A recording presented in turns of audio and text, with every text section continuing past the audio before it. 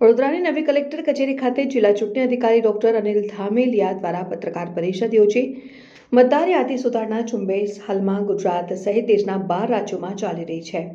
આ ઝુંબેશ અંતર્ગત બૂથ લેવલ ઓફિસર્સ ઘરે ઘરે જઈને ફોર્મની વહેંચણી કરશે અને મતદાર યાદી અપડેટ કરવા માટે જરૂરી વિગતો એકત્રિત કરવામાં આવી રહ્યા છે। બીએલઓ દ્વારા ઘરે ઘરે મુલાકાત અને ફોર્મ ભરવાની પ્રક્રિયા, ફોર્મની ચકાસણી અને ડ્રાફ્ટ યાદીનું પ્રકાશન, વાહનધાર અરજીઓની સમયરેખા અને ચકાસણી પ્રક્રિયા, અંતિમ મતદાર યાદીનું પ્રકાશન 7 ફેબ્રુઆરી 2026ના રોજ કરવામાં આવશે। આગામી તારીખ 20 થી 24 નવેમ્બર દરમિયાન સોસાયટી અને બૂથ પર મેપિંગ અને મેચિંગ પ્રક્રિયા હાથ ધરવામાં આવશે। આ સંદર્ભે જિલ્લા ચૂંટણી અધિકારી અનિલ ધામેલિયાએ વધુ માહિતી આપી હતી।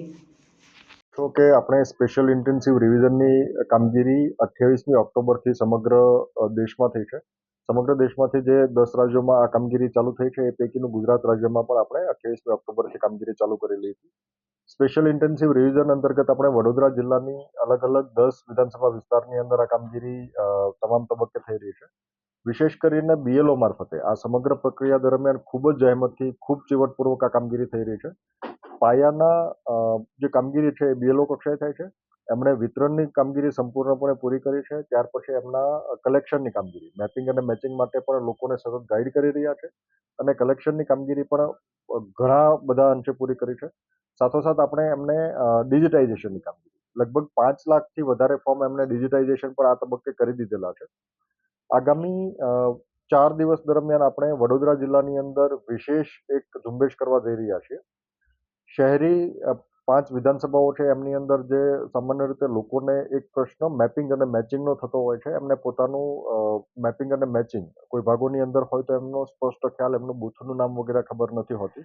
એટલે આપણે સર્ચ ઓપ્શન માટે અલગ અલગ ઓપ્શન્સ પ્રોવાઈડ કર્યા છે। આપની સાથે પણ સર્ક્યુલેટ કરીશું, લોકોની અંદર પણ સર્ક્યુલેટ થાય, તમામ બીએલઓ પાસે પણ આ વિગતો ઉપલબ્ધ છે। એક જેમની સોસાયટીનું નામ ખબર હોય અને એમના આધારે સર્ચ કરી શકે એ રીતે આપણે એમને અલગથી પીડીએફ પ્રોવાઈડ કરીએ છીએ। માનો કે કોઈને પોતાના વિસ્તારની પણ ખબર નથી, વિધાનસભા વિસ્તારની માત્ર ખબર હોય કે એ સમયે કયા વિધાનસભા વિસ્તારમાં આવતા હતા, તો એના માટે અલગથી એક પીડીએફ આપણે પ્રોવાઈડ કરીએ છીએ જેમની અંદર એ નામ પોતાનું સર્ચ કરી શકે। આ સાથોસાથ આપણે અલગ અલગ રીતે એમને સર્ચ કરી શકે એ પ્રકારે 6 કે 7 ઓપ્શન્સ આપણે એક્સપ્લોર કર્યા છે। એ તમામ ડોક્યુમેન્ટ QR કોડ સાથેનો આપની સાથે પણ શેર કરીશું જેથી કરીને લોકો એમનો મોટી સંખ્યામાં ઉપયોગ કરી શકે। સર્ચ ઉપરાંત આપણે એમનું પ્રોજેની મેપિંગ કરવાનું છે, એ પ્રોજેની મેપિંગ પણ એમના આધારે કરી શકશે। આપણે આગામી દિવસે જે કાર્યવાહી કરીએ છીએ, ગયા વખતે 16મી અને 17મી તારીખે આપણે કેમ્પ કર્યા, એમાં મોટી સંખ્યામાં લોકોએ ભાગીદાર થયેલા હતા। એને જ આગળ વધારીને આપણે આવતીકાલે અને પરમ દિવસે મોટી સંખ્યામાં આપણી સાથે શિક્ષક મિત્રો અને એ સિવાય અન્ય સંસ્થાઓના ગવર્મેન્ટ એમ્પ્લોઈઝ આપણી સાથે જોડાવાના છે। પ્રાઇવેટ ટીચર્સ પણ આપણી સાથે આ દિવસે સ્વયંભૂ રીતે જોડાયેલા છે અને આવતીકાલે અને પરમ દિવસે જે સોસાયટીઝની અંદર મેપિંગના પ્રશ્નો, મેચિંગના પ્રશ્નો અથવા કલેક્શન ઓછું થયું છે ત્યાં આપણે કેમ્પ કરવા જઈ રહ્યા છીએ।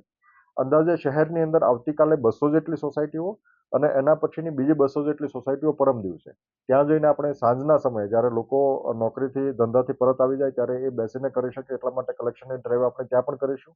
ત્યાં પણ વોલેન્ટિયર્સ પણ આપણી સાથે જોડાવાના છે। આના પછી આપણે શનિવાર અને રવિવારે આ બંને દિવસે આપણે દરેક બૂથ ઉપર, સમગ્ર જિલ્લાના દરેક બૂથ ઉપર કેમ્પ કરવા જઈ રહ્યા છીએ।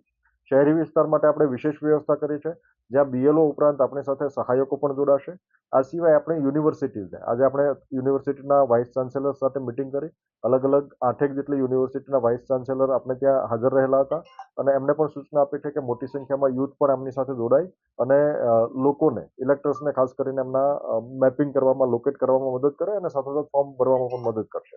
એટલે આપણે આ કામગીરી પણ શનિવાર અને રવિવાર દરમિયાન થઈ રહી છે। લોકોની પાસે અપેક્ષા એ છે કે આપના જેટલા પણ ઇન્યુમરેશન ફોર્મ છે, શક્ય હોય ત્યાં સુધી 4 ડિસેમ્બર સુધી આપણે કામગીરી ચાલવાની છે, પણ ત્યાં સુધી વેઇટ નહીં કરીએ। શનિવાર અને રવિવારના દિવસનો મહત્તમ ઉપયોગ કરીને આપના તમામ ફોર્મ્સ આપણે સબમિટ કરી દઈએ એવી અપેક્ષા લોકો પાસે રાખું છું, જેથી કરીને બીએલઓઝને ડિજિટાઇઝેશનની કામગીરી માટે પૂરતો સમય મળી રહે। આ સિવાય જે લોકોના ડોક્યુમેન્ટ્સ અવેલેબલ નથી, ખાસ કરીને જેમનું મેપિંગ અને મેચિંગ શક્ય નથી, જે કિસ્સાની અંદર એમણે પોતાએ અલગ અલગ સર્ચ ઓપ્શન વિચાર્યા, જેમણે પોતાનું મેપિંગ 2002માં નામ નહોતું અથવા તો એમને ખબર નથી કે એમનું નામ ક્યાં છે, એક્સટેન્સિવ સર્ચ કર્યા બાદ પણ જો આપનું નામ ઉપલબ્ધ ના થતું હોય તો આ કિસ્સાની અંદર જે ઇલેક્શન કમિશન ઓફ ઇન્ડિયાના આપણા ઇન્યુમરેશન ફોર્મના પાછળના ભાગમાં જે ડોક્યુમેન્ટ્સની વિગતો આપવામાં આવેલી છે, આ ડોક્યુમેન્ટ્સ પણ આપણે તૈયાર રાખવા જણાવવામાં આવે છે, જેથી કરીને આપણે જ્યારે ક્લેમ્સ અને ઓબ્જેક્શનનો તબક્કો આવે ત્યારે આપણે ડોક્યુમેન્ટ્સ પણ તૈયાર રાખી શકીએ। માનો કે કોઈ ડોક્યુમેન્ટ અવેલેબલ નથી તો એ કિસ્સાની અંદર આપણે સ્પેશિયલ કેમ્પ પણ રાખવાના છીએ વીએમસી અને સાથોસાથ આપણે ગ્રામીણ વિસ્તારની અંદર અલગ અલગ જગ્યાએ કેમ્પ પણ રાખીશું જેથી કરીને ડોક્યુમેન્ટ્સ જો ઉપલબ્ધ ન હોય તો ડોક્યુમેન્ટ્સ પણ આપણે અત્યારથી જ એમને કાઢવા માટેની પ્રક્રિયા હાથ ધરી શકાય. પણ અગત્યનું એ છે કે જ્યારે આપનું મેપિંગ થયેલું હોય, આપનું નામ મેચ થયું હોય અથવા આપના પ્રોજેની એમની મેપ થયેલી હોય તો એ કિસ્સાની અંદર કોઈ ડોક્યુમેન્ટ આપવાની આવશ્યકતા નથી અને ક્લેમ્સ એન્ડ ઓબ્જેક્શનના તબક્કે ડોક્યુમેન્ટ તૈયાર રાખવાની પણ આવશ્યકતા નથી. પણ જે કિસ્સાની અંદર આપના મેપિંગ મેચિંગ ના થયા હોય એ કિસ્સાની અંદર ડોક્યુમેન્ટ આપ તૈયાર કરી શકશો. 1987 પહેલા જન્મ થયેલો હોય તો એક ડોક્યુમેન્ટ, 1987 થી 2004 વચ્ચે જન્મ થયેલો હોય તો 2 ડોક્યુમેન્ટ આપનું અને આપના પિતાનું અથવા માતાનું, અને જો 2004 પછી જન્મ થયેલો હોય તો આ કિસ્સાની અંદર આપનું માતા, પિતા અને પોતાનું આ 3 ડોક્યુમેન્ટ્સ એમને તૈયાર કરવાના છે તો એ મુજબ ડોક્યુમેન્ટ્સ પણ આપ તૈયાર કરી શકશો. હું અપેક્ષા રાખું છું કે આપણે આગામી 4 દિવસની અંદર આ કામગીરી મહદઅંશે પૂરી કરી શકીશું. કલેક્શન માટે વિશેષ પ્રયત્નો આપણા બીએલઓ કરી રહ્યા છે. આ કામગીરીમાં એમને સહયોગ આપે, સાથોસાથ આપની વિગતો દર્શાવવામાં હંમેશા એ ગાઈડ કરશે.